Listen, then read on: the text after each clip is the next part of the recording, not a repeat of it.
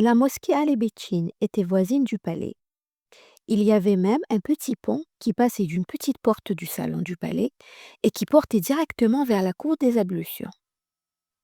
Pour arriver à la mosquée, ils choisissent ce passage discret pour éviter de présenter aux marchands ambulants, déjà nombreux dans la rue, une scène enfantine pour eux incompréhensible.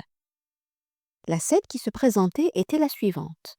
Ali Pacha, le lion des mers, précédait la fabuleuse princesse berbère, les yeux bandés par un foulard noir, soutenu aux aisselles par deux étrangers, Michel et Isée, qui par précaution lui criaient à voix haute, quand il rencontrait des obstacles, comme si elle était sourde. Attention, marche! Attention où tu mets les pieds! Attention à ne pas perdre la capuche! Ils entrent dans la cour des ablutions, déserte heureusement. Ils traversent le seuil et se retrouvent devant le mihrab. Ali dit: Oh Micha, s'il te plaît, enlève-lui le foulard. Micha, d'un geste rapide de la main, tire le nœud du foulard et devant les yeux ouverts de l'Ellerum apparaît un spectacle inattendu. Il lui semblait avoir été catapulté hors du temps. Aucun bruit provenant de l'extérieur ne pouvait reconduire à des repères chronologiques. Les seuls sons intensifiés par la résonance, c'était leur respiration qui se diluait et se fondait dans les parois de chaux blanches après avoir dansé le long des carreaux de marbre du sol. Deux rangées de colonnes délimitaient autant de galeries qui encadraient la salle de prière. Depuis qu'ils étaient entrés, personne n'avait osé prononcer une seule parole. Même les tailleurs et carreleurs massois, connus pour être des bavards et qui avaient été des exécutants d'une bonne partie de l'œuvre, ressentaient maintenant, dans le lieu de prière fini, un certain respect religieux. Ali fut le premier à parler. Tu vois, mon amour, que j'ai tenu la promesse?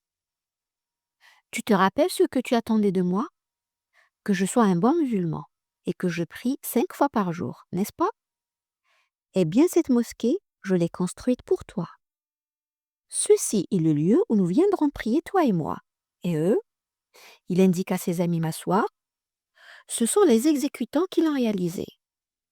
Ali Bétchine passa en revue le groupe de m'asseoir et il les présenta un à un à la princesse en disant leur nom et leur profession. Pour l'Ellerum, le temps de reprise de la stupeur fut apoplectique. Les yeux grands ouverts, la bouche bée, les mouvements ralentis. Comme ce jour-là, toute petite, où le Medder Sokol lui raconta pour la première fois un des contes des mille et une nuits. La même réaction de stupeur, la même crispation corporelle. Qu'est-ce que c'est? Demanda ravie la princesse. C'est du marbre des Alpes papuanes, du type Paunadio. Pourquoi? Répliqua Ali. Non, je ne sais pas. J'ai déjà vu du marbre, mais là, j'ai l'impression d'être dans un lac gelé. Je me sens envoûtée. Je ne connaissais pas l'existence d'une pierre si suave. Figure-toi que chez moi à Morteto, nous l'utilisons pour jouer à la marelle. Nous la repoussons des pieds quand nous la rencontrons sur les routes de campagne. Il se mit à rire, cherchant du regard un signe d'acquiescement sur les visages de ses ouvriers. Le regard se porta ensuite sur les carreaux de céramique d'Iznik qui intercalaient le bleu cobalt au vert émeraude avec, sur les deux, des motifs floraux de tulipes et de rosettes. Les tapisseries aux couleurs chaudes, posées au-dessus du revêtement de marbre, s'amalgamaient parfaitement avec les stucs minutieusement décorés de filaments d'or. C'était un lieu d'une beauté vertigineuse, un rêve. Ali Bétchine prend Lella par la main et la conduit sur le minaret à base carrée. Et du troisième étage, il se penche au-delà des remparts de la terrasse, indiquant avec sa main pointée le dessus de la mosquée. La coupole octagonale a été projetée par Sedefkar Mehmed Ara, architecte de la cour ottomane, qui s'est inspiré de la Sainte Sophie d'Istanbul, le monument le plus imposant de cette ville.